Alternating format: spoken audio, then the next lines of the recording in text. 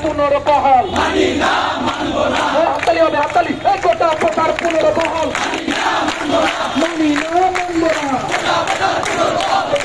পুনর্বহাল মানি না মানব না মানি না মানব না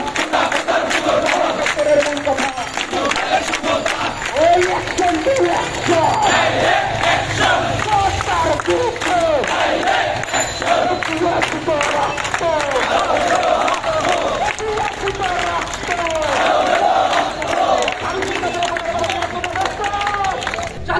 সরকারি চাকরি ক্ষেত্রে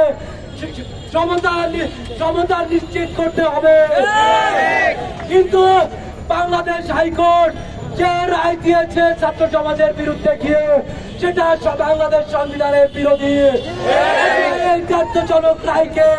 নিন্দা জানাচ্ছি এটা ছাত্রদের জন্য লজ্জা লজ্জা লজ্জা প্রধান ছিল সেটা ছিল ঐতিহাসিক হাজারো ছাত্রের রক্ত ঘাম এবং পরিশ্রমের মধ্য দিয়ে আমরা সেই কোটা বাতিল করতে পেরেছিলাম মাননীয় প্রধানমন্ত্রী সেইটা ঘোষণা করেছিলেন কিন্তু দীর্ঘ 6 বছর পর দেখতে পারলাম আবার সেই কোটা কথা নিয়ে এসেছে আমরা আদালতের রায়ের প্রতি সম্মান জায়গা থেকে আমরা তাদেরকে প্রত্যাখ্যান করছি আমরা হাইকোর্টকে সম্মান করি কিন্তু যে রায় আমাদের বিরুদ্ধে যায় ছাত্র সমাজের বিরুদ্ধে যায় দেশের স্বার্থের বিরুদ্ধে যায় সেই রায় আমরা গ্রহণ করতে পারি না একই সাথে যে শিক্ষামন্ত্রী ঘোষণা করেছেন যে কোটা প্রথা থাকা জরুরি আমি মনে করি শিক্ষামন্ত্রী সাধারণ শিক্ষার্থীদের মন্ত্রী নয় সংবিধানের বাইরে যেতে পারে সংবিধানের সুযোগের সমতা নিশ্চিত করতে হলে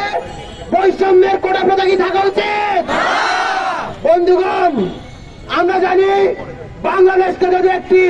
মেধাভিত্তিক সুশাসনের রাষ্ট্র কায়েম করতে হয় তবে অবশ্যই অবশ্যই বৈষম্য বাদ দিয়ে একটি মেধাভিত্তিক বাংলাদেশ গড়তে হবে আমরা আজ রাস্তায় নেমেছি রক্ত ঝরুক প্রয়োজনে জীবন যাক আমরা আমাদের অধিকার আদায় না করে রাস্তা ছাড়বো না।